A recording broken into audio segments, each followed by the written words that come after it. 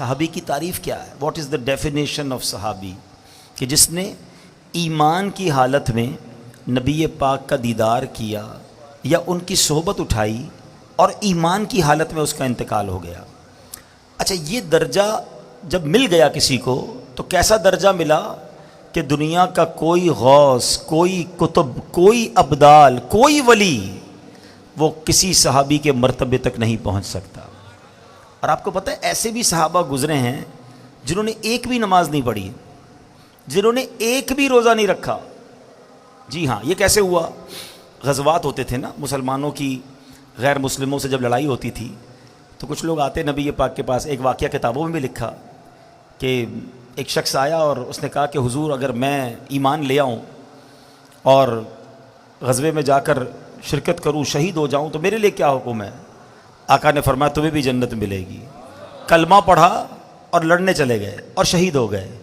کوئی نماز ہی نہیں پڑھی، کوئی سجدہ ہی نہیں کیا، لیکن چونکہ دیدار مصطفیٰ ہو چکا تھا، ایمان کی حالت میں جلوہ جانا دیکھ لیا تھا، تو کروڑوں نماز پڑھنے والے، سجدے کرنے والے، لاکھوں عبادتیں کرنے والے ایک طرف، اور جس نے جلوہ جانا دیکھ لیا اس کا مرتبہ ایک طرف۔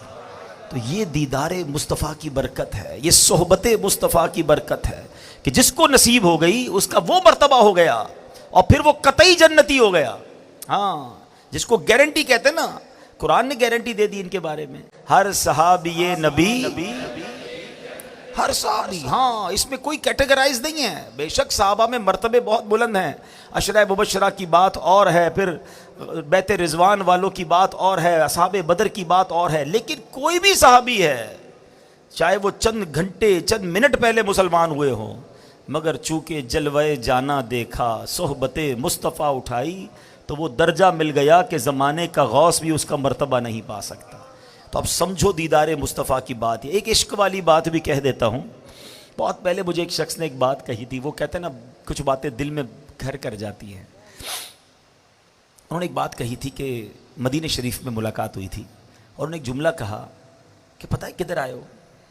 مدینے جاتے ہیں لوگ، شاپنگ کر رہے ہوتے ہیں، ہنسی مذاق کر رہے ہوتے ہیں، گھوم پھر رہے ہوتے ہیں۔ انہوں نے فرمایا پتہ ہے کدھر آئے ہو؟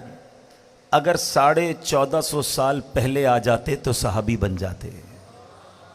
ایک جملہ کہا انہوں نے، لیکن سمجھ والوں کے لیے بہت بڑی بات ہے کہ یہی تو ہوتا تھا نا کہ آقا کے زمانے میں لوگ دور دور سے آتے تھے، ایمان لاتے تھے، دیدار کرتے تھے، صحابی بن جاتے تھے۔ ہم 1450 سال بعد والے لوگ ہیں، ہمیں صحبت مصطفیٰ میسر نہیں، مگر مدینہ تو ہے نا، اس کا مقام کیا ہے سمجھو۔